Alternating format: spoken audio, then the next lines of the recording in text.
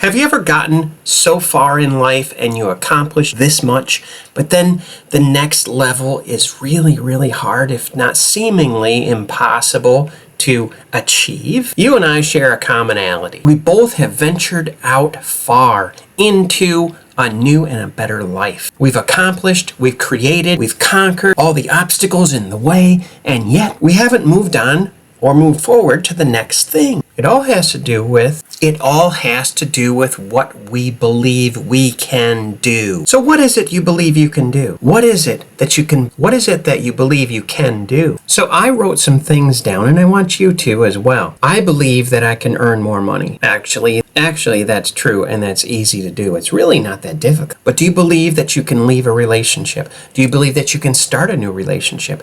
Do you believe that you can start a new business? I'm talking both professional and personal, because that's what we are, right?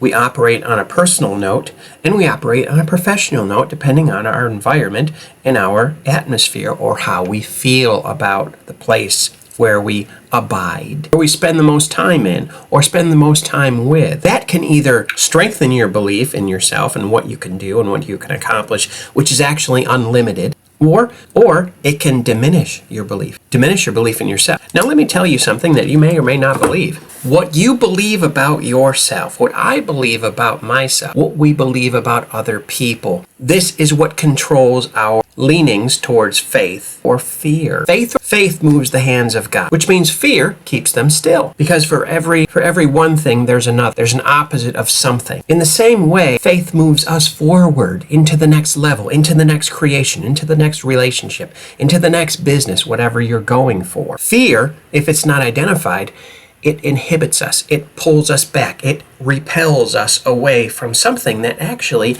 could be very good for us and very beneficial for other people. The only thing is, beliefs are based upon our past experiences or our subconscious mind. Your subconscious mind is sort of like the Hall of Records, a giant library of facts and experiences and people and places and things that you have experienced over your lifetime, which forms and molds your belief system, your BS. If you believe you can do something and you've done it before and you're confident in it, you're going to do it again, right? Of course you are. And it's nothing. You're just going to do it. If you had bad experiences over a long period of time, over and over, you've tried again and again and again and again, you are going to be like a turtle in its shell. You don't want to come out. And no one's going to know, because you're not going to tell anybody, because you're going to say, I'm fine, I'm good. Yeah, how are you? And immediately switch it over to them, because it's easier. You don't have to deal with yourself with those fears that are hiding, because guess what? In that same shell that you're hiding in, because they don't want to be in the light. Once you decide, let me tell you something, once you decide in bringing your fear out to the light, they will run and hide from you, because fear is a lie. False evidence appearing real. Anytime you have a fear, ask yourself this question: what am I afraid of? I'm afraid of success. That's very common. I'm afraid of rejection. That's very common. I'm afraid of failure. That's kind of common, but not as much as the other two, believe it or not. What do you have faith in, confidence in, that you have accomplished in the past? Many times people, coaches, the media seemingly try to help you in facing your fear. Face your fear now. Face your fear. Face your fear. Well, guess what? When you face your fear, doubt begins to grow, doesn't it? I don't want to face my fear. And you pull back. So I'm going to put a different slant on it. Embrace your faith.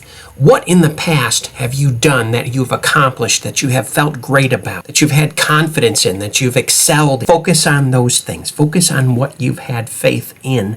Faith in God, faith in yourself, faith in other people, faith in your own abilities, faith in your ability to learn and to grow and to succeed and to become fulfilled. Focus on those. In fact, write down 5 things today that you have had faith in, how your faith has grown over time. I want you to focus on that today. If you need a coach, I may be the one for you. davidthompsoncoaching.co, davidthompsoncoaching.co. Write to me at davidthompsoncoaching.co. Remember, focus on your faith and what you have accomplished, what you believe in about yourself, not so much in what you fear, and then you will begin to see and to get the results that you desire in life.